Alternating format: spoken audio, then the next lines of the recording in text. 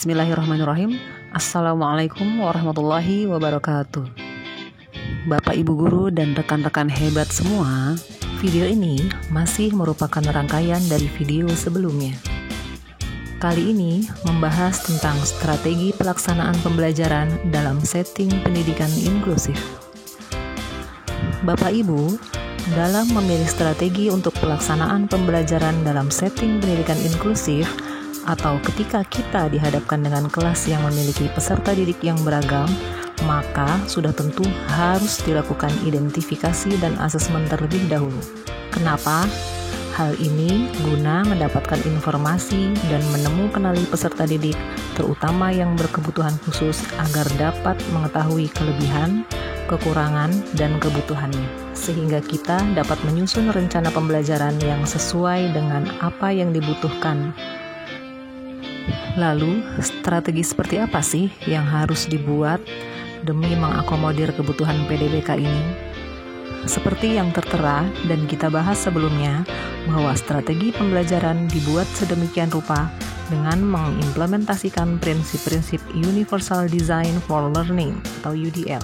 Semua dibuat dengan mempertimbangkan keberagaman peserta didik, untuk kemudian dibuatkan perencanaan pembelajaran atau RPP yang akomodatif sesuai kebutuhan peserta didik atau sesuai dengan profil belajar siswa.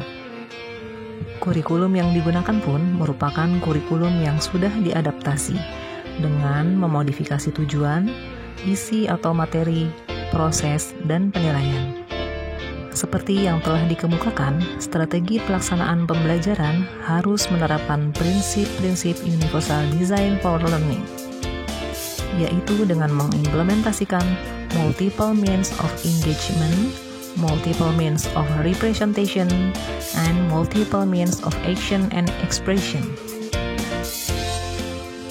Contoh implementasi prinsip multiple means of engagement yaitu dengan menyusun rencana pembelajaran yang kolaboratif, menyampaikan materi yang dikemas dalam permainan yang dapat menarik minat peserta didik, dan melakukan simulasi permainan di mana dapat dilakukan secara nyata saat pembelajaran tatap muka terbatas dan secara virtual saat belajar dari rumah.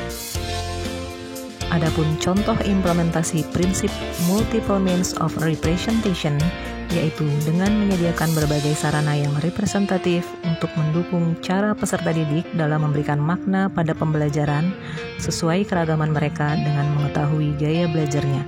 Misalnya, gaya belajar auditori dengan presentasi multimedia, gaya belajar visual dengan bacaan teks digital, atau gaya belajar kinestetik dengan permainan fisik.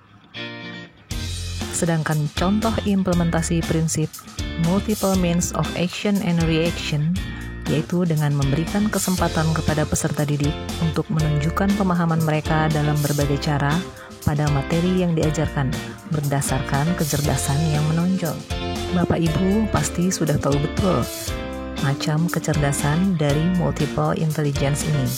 Ada verbal linguistik, logis matematis, spasial visual, kinestetik jasmani, musical, intrapersonal, interpersonal, naturalis, dan eksistensial.